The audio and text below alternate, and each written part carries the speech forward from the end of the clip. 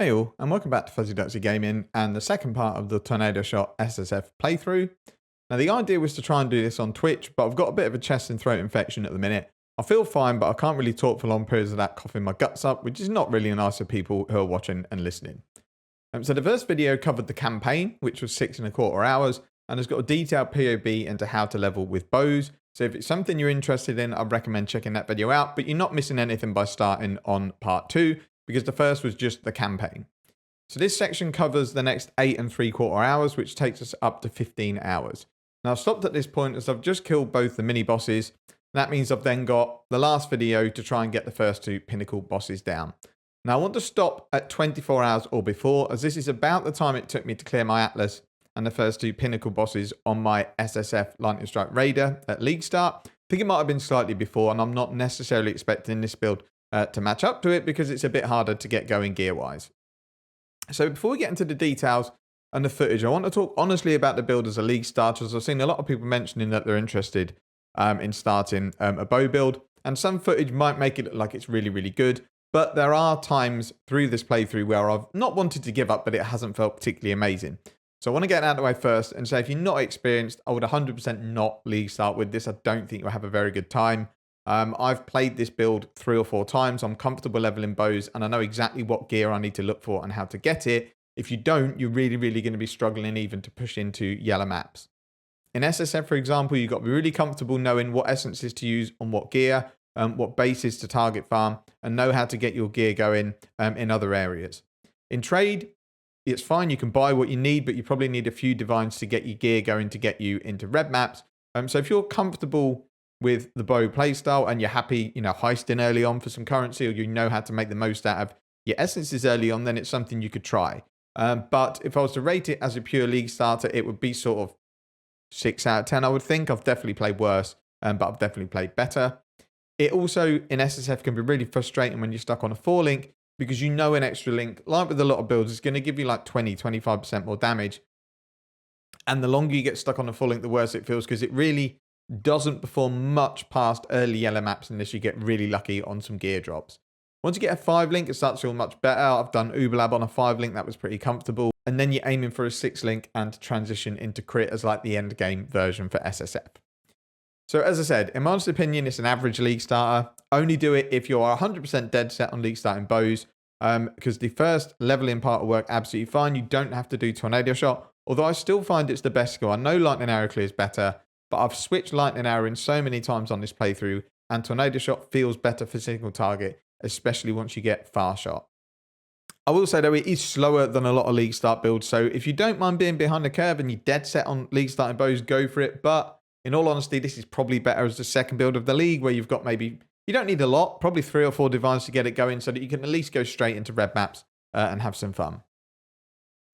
So let's cover the first part of the playthrough then. So I had a 4-link to start with, and as soon as I hit maps, then I've got a list of things I want to do.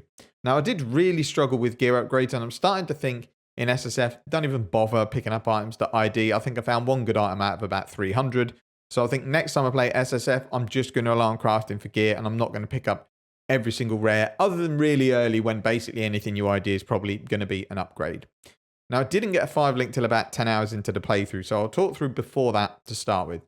So my gear targets for most SSF characters, because I always play attack builds when I hit maps, are to get a better weapon, in this case a bow, and I was looking for an Imperial bow with double T4 or T5 LE damage prefixes, and then something that I can either craft LE pen or attack speed on. I think I ended up with a thicket bow because I just ID'd it. This was the one item from about 300 that was good. So I never ended up using an LE damage bow till much later on. I wanted a decent feathered arrow quiver because we make the most of projectile speed. Tornado Shot needs projectile speed, and we take a mastery that gives us damage based on how much speed we have. So I ended up getting a +1 arrow quiver. Nothing else good on it. So I would say it's on par, if not slightly worse than a decent quiver without the +1. I wanted a Stygian Vise. So for that, you just basically hit up any abyss you see after level 70. Has to be T3 maps and above, though. The depth can't spawn in the lower tier maps. I will show some footage. I might as well show it now. This was when I was testing out Lightning Arrow. I don't know whether these bosses get buffs, but this was on a 5-link and the damage was absolutely abysmal. I think he may have been corrupted as well, the boss. or ghosted. But yeah, it was not a pleasant time, and you can't drop portals in the depth, so you have to run all the way back when you die. We've got it done eventually. Ideally, you want to get a depth at 70, and you just want there to be a Stygian Spire in there. As it turned out, when I don't want a boss to be there, it was there, so I got a helmet for my troubles as well, but didn't need it. So I would have much preferred just the Spire to be there, get it down, get the belt, and off we go. Stygian Vise is something I normally aim for anyway. The reason I targeted it so early is I had a really, really good Abyssal Jewel drop with basically quad LE damage on it. It's not like massively high tiers on some areas, but it's a big, big DPS increase. So I thought, actually, we'll target Stygian Vise a bit earlier, fix some strength elsewhere, and then I can put this jewel in and it's a decent damage boost. One thing I wanted to do, and I want to get on all builds, is chill immune, because I hate getting chilled. It just really ruins the mapping experience. For me, I'm still not frozen immune because I haven't got the Pantheon, so I still have that issue. But to do that, I'm just target farming Syndicate. I think it's Rin. You can unveil boots from. I actually unveiled a pair straight away that was good enough to put on, and these boots will last me for quite a while. I wanted to unlock mana cost from Syndicate, and that's the main reason I spent a bit longer in the campaign leveling, because I spent 30 to 45 minutes in Foothills just booting loads of people out of Syndicate so I could get Elrion in, find out where he is, and then go into maps and target him for unveils, which I did. I didn't realize actually that when you unveil the mana cost, if you unveil channeling, it automatically unlocks the non-channeling as well. I didn't know. I kind of went an hour after unveiling that before realizing on my crafting bench I had the non-channeling skills unlocked as well. And then the last thing I'm targeting is a 5-link, because the biggest thing to increase your damage other than your bow is going to be getting an extra support link into the build, especially Tornado Shot, because we have greater multiple projectiles as one of our supports, which does single target damage because you get more projectiles. It increases your clear speed. But in terms of the actual damage each arrow does, it's obviously quite a bit less. So boosting it up with the 5th support gem, or sorry, 4th support gem is really handy. The other thing I wanted to look at is I had Storm Rain in my ballistas, which in the campaign was pretty good single target. But I noticed on a 4-link it fell off a bit in maps. So I wanted to swap to Barrage, but I really had to wait till Uber Lab, because until you get Fast Shot, the Barrage projectiles sort of spray off all over the place. They're not really very good. Once you get Fast Shot, though, you can plant your ballistas a long way away, and they're basically like a laser beam onto the boss, and they do a really, really decent amount of single target. I should have probably swapped out just to something like Lightning Arrow or Tornado Shot, because I definitely died 2 or 3 times where I just couldn't see what was going on because of Storm Rain and got corpse exploded. So feel free to use anything you want in the ballistas, really. They're just a little bit of supplementary single target DPS when they're just in a 4-link. Maps in general were fine on a 4-link, but I'd certainly not say they're amazing or even good. As I said, I'd give it sort of a 6 out of 10 compared to other builds. Some builds feel trash when you get to the campaign on a 4-link. It wasn't that bad. The bosses went down fairly quickly. Clear was okay, but there's certainly better ones. Like, I preferred it to when I level Spectral Helix in Lightning Strike, but that's purely because I hate Spectral Helix. Honestly, the main issue was Arch Nemesis, because a lot of the regular common mods are resisting LE damage. We run a Trinity build, so we always have 2 high lots of LE damage. So let's say I run Fire and Lightning. Any Fire mod or any Lightning mod is going to shut down a lot of my damage. You also get Sentinel a lot, which I think blocks your attacks. So a lot of the common mods that show up really are sort of anti-LE attack builds. So this might be better in 320, but I'm not holding my breath. And I'm not going to sell it as, oh, you should league start this build because now Arch Nemesis has gone, it would be great. It will never be a great league starter, but I want sometimes to league start bows, so that's what I do. In terms of Atlas Tree goals, we'll go through that now. So always in SSF, my first 4 points are getting Prolific Essence. So you do your first 4 T1 maps. 1, 2, 3, 4. You've got an Essence in every map. They can roll up to Screaming. They're massively, massively helpful early on. And what I also did was took strong boxes. I'm regretting that now because points are really, really vital early on. They don't really do anything unless you add these ones in up here. So I did eventually drop them, but too late. I then got to about here where I was tier 2, T3 maps. And I thought, do you know what? Shrines are going to help me massively. So I passed through here to get shrines. Got some map sustain here. And then I basically had to look at what map strategy I wanted to use early on in terms of what's going to help me. Harvest is not that great early on. You get very, very little returns from white and early yellow maps. So I decided to go Expedition because ROG is great for crafting. Gwennon's pretty useless now, but she might give you a base or 2. Tujin's obviously really good for currency, and Danig is good all round to boost whatever side you want to look into. So I went Stream of Consciousness and then took the nodes here for Expedition. Then I beelined up here to Essences. And then as we got further into yellow maps, next Essence nodes, then I took the map nodes, and now I'm going to get the other Shrine nodes, and then we'll go and get the other Expedition nodes. That's the kind of route I went, and I felt it worked really well. These 4 points, I think anyone that doesn't put these in straight away on SSF, they must know some secret strategy that I don't. These I'm not sure about, because this is basically a 4% chance for Expedition. I don't think that's worth 7 points, so I probably wouldn't go here and just accept that you get Expedition less. In fact, I think you would be better taking some blockers instead of going down here. So maybe block 3 mechanics is probably going to work out better than using all these points here. So it might be when I get some unmakens, I'll drop all them so I can get my Shrine nodes. And then I might go strong boxes, because I think they're going to be a good chance to get a 6 link in SSF. And now I'm here, I feel better about taking the nodes. I'm not fussed about taking the ones up here. But just these for 4 points and these for 3, I think are much better than these Expedition points here. So it's something I need to look at. But this is the tree I went with, and it's worked fairly well. And then as I leveled through, I'm constantly throwing essences at gear to try and get upgrades, because I don't think I've ever left the campaign with worse gear. So literally any essence I throw at something was going to be an upgrade. So that's what I was doing. Every time I got a Screaming essence that was okay. I was even using the Wailing essences because I have just white items highlighted on my loot filter that are bases that I want to craft on. And then I'll throw an essence at it. If it's rubbish, I'll sell it to a vendor. It's not the end of the world. But it might be that you still roll something really good. So like I said, it took me 10 hours to get my 5 link. And this was just by throwing fusings at a 6 socket base that I found. I probably ended up spending about 110 fusings. So it's slightly better than bench crafting. But wasn't the luck that you sometimes get where you like 10 fusings in, you've got a 5 link as soon as you hit maps.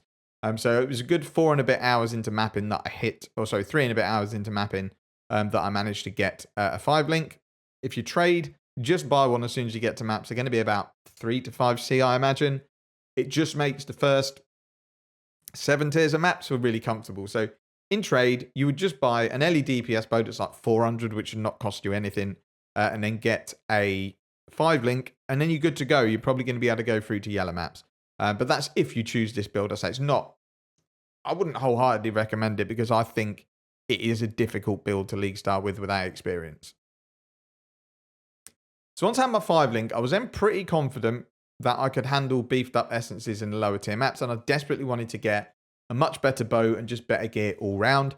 So I basically ignored gear upgrades from here, and I just pushed yellow map completion, even if it meant deaths, until I had the tree where I had all my essence nodes. And that took me up to about the 12-hour mark. At this point, I just put any lower tier maps that I had in. You put them in white. There's no need to roll the maps, as the essences don't change based on quant or rarity. And all I was doing was going in, getting the essences, getting out. I was using chaos on the map device when I had it. I think I had about 20 chaos. So I used that all in essences to get as many as I could. Farm those white maps for about 90 minutes, maybe getting in and out of a map in 1.5 to 2 minutes. And I'll probably have to do more later on as well. I was also looking out for empowered elements, as this is the Arch Nemesis mod, I think, that gives you fractured items. And I ended up getting a bow, which we'll go through in a minute, that was a really decent crafting base for early on. So at this stage, I'm just looking to acquire Shrieking essences to craft my bow, Greed essences to recraft any like gloves, helmet, body armor that needs re-rolling, and then the flat LE damage essences to use on my jewelry. So we might as well go through the gear at this stage of where I am at the moment. I'm going to do a map showcase at the very end of the video, but I'll go through the gear as it is. So I might as well mention at this point, I don't save Eldritch currencies if they're lessers. You end up with so many of them once you take the altars in 3.19. So I'm using them as I get them, because if anything can help me push further into red maps, then it's worth doing. So I've rolled. I've been quite lucky, to be honest, because I've only done about 3 on each of these. And I've got Grace, Increased Effect, and Increased Effect of Non-Curse Auras, which is really, really nice. The helmet, not really got anything. Fire damage recouped his life. And I don't think I've rolled any on any of the other items. No. So they're my Eldritch implicits, just in case you're wondering how I got them and why. As soon as I've got currency, I'm just throwing it at my 5 link, because this is realistically what I'm going to be using for a while. So the bow that I found is not an ideal base. It's steelwood, so it's 1.4, 1.5 attacks per second. I forget. I think it's 1.4. But it has movement speed as an implicit, which is pretty nice. As we're not going quick variant yet, the 5.5% crit chance doesn't matter. This could be much better, but I didn't have that many Wrath Essences drop. I think I had 4, and this was with my last roll. So I hit a mediocre cold damage like T6. Crit multi doesn't mean anything, but it had my open prefix to craft attack speed. I had an exalt, so that's what I've done. I could have probably farmed more essences and got a better bow than this, but I was conscious that I was taking a lot of time, and I want to be done with this playthrough in 24 hours. The fracture's actually pretty good because it's very, very high tier 4. So this is essentially very close to a T3 fractured bow, which you can't really expect better than that in SSF, and the base isn't horrendous. The helmet is just life and resistances. I think I rolled this with life essences. The amulet is not great. I rolled this with the attack essences. It hit all attributes, which is the reason I've kept it, because if I take it off, I imagine I'm going to struggle for strength and intelligence. It just means I don't have to worry about balancing my stats on any of my gear. The feather nail quiver, like I mentioned, if I was crafting this, it'd be dread essences to get even more projectile speed. And in fact, I think I might prefer it because my projectile speed still feels a little low. But I think I ID'd this. It's bows, fire, and additional arrow. So yeah, it's worth using, I think. But if I could craft anything with half decent damage, I think it would overtake this quiver. The ring is just life, resistances, strength. And then again, resistances. This one, no life, because I wanted total mana cost reduction. So I've crafted that instead of life. The gloves, again, I crafted with life essences. Hit 2 big resistances. Open suffix, craft attack speed. Job done. That's pretty good. That will do me for certainly into late tier red maps. The boots, I unveiled these straight from the ground from Rin. They're not amazing, but they do the job. They're nearly 30% movement speed. Can't be chilled. Decent resistances. Okay life. Some armor and evasion. The Stygian Vise, I cannot remember how I crafted this. If I'm honest, I think this might have been just Scour and Alkin, because I had quite a few outs left. Hit big life. Nothing else really on it. It's pretty bad, but it's good enough for now. I put some attack modifiers on it because I had a few catalyst drop from a metamorph. So ideally, I'd like to recraft this at some point once I get lots of resistance essences, and then wait till I hit big life and then open prefix. Craft 33% LE damage with attacks. That goes up to almost 40. That's a nice chunk of DPS. So I think that's it for the gear. Flask-wise at the moment, I'm running a Quicksilver with reduced effect to curses. A Quartz Flask because I want phasing. I hate not having phasing. Gives me increased attack speed and increased duration. Jade with evasion rating, and then Silver with movement speed. So all combined, the flasks feel pretty good. I've just got one extra here that I swapped in when I went to Uberlab. So at the moment, I'm not running an instant flask. I actually prefer the ones over time. Just because instant flasks, especially this one's not got much quality on it, they don't give you a lot, really. They're not the best. But I've got one if I wanted to switch it in, if I decide I'd rather run the instant flask. So I was running Hydrosphere, but I'm terrible at remembering to put it down. I've also got to put ballistas down, hit my haste. I've got a tornado sometimes as well. It's just too many buttons. I can't be bothered. I don't have the helmet to automate it, so Hydrosphere is gone. And I needed the blue socket for Flame Dash because in my Infinite Hunger fight, I just had Blink Arrow. I'd already used it. It's got a cooldown. I ended up dying because I didn't have another charge to use, and I got one hit by him. So in terms of the skill gems, my Ballista setup at the moment is still a 4-link. It's Barrage, Ballista Totem, Added Cold Damage, and Focus Ballista. Added Cold Damage is probably not great. I probably should be re-rolling this to 2 red, 2 green and getting something like Inspiration in there to lower the cost a bit, but it's fine for single target. So the way they work with Fast Shot is I'll put them down before I enter the boss room. The boss will then be there. I'll then move down here and start firing. Because I've got Focus Ballista, let's put them back again. Because I've got Focus Ballista, they automatically fire. And look how straight they fire. So they will be targeting the boss like a laser. It actually, you notice the DPS. It's really, really cool, even on a 4-link. So if I could get 6-link Ballista and 6-link Self-Cast, I think it'd be really, really good DPS. They also tank quite a lot. The amount of times that enemies rush to these and totally ignore you is pretty amazing. So I'll drop them, engage the enemy, then come down here and move away, and then shoot. So we've got Fast Shot. I'll shoot behind the enemy so the projectiles bounce back. You're just getting a ton of extra damage on bosses. So that's why I've gone for the Barrage setup. For gem links, I've got a Tornado link to Onslaught. Keep forgetting to use it. Onslaught very rarely procs. Just why not? I've got the space for the gems. Mark on hit with Sniper's Mark. I've got Precision, Blood Rage, Blink, Arrow, and Grace. I'm not using Blood Rage that much because I'm finding it's caused me a couple of deaths where I'm not, because I don't regen. I don't have any life regen. So Blood Rage, especially if I get something like Vulnerability on me, absolutely wrecks me. So I might look at another way of getting Frenzies in later on. I sometimes use it, I sometimes don't. Then we've got Anger. Haste, I'm just using for the Vile version. And then Flame Dash. The reason I've got 2 auras is if I get another bow and it knocks my Trinity out, I might need to drop Anger and run the normal Haste rather than Vile Haste. So various times in the playthrough, I've been switching gems around. There's a few times where I forgot and I didn't have Trinity and was wondering why my damage was so bad.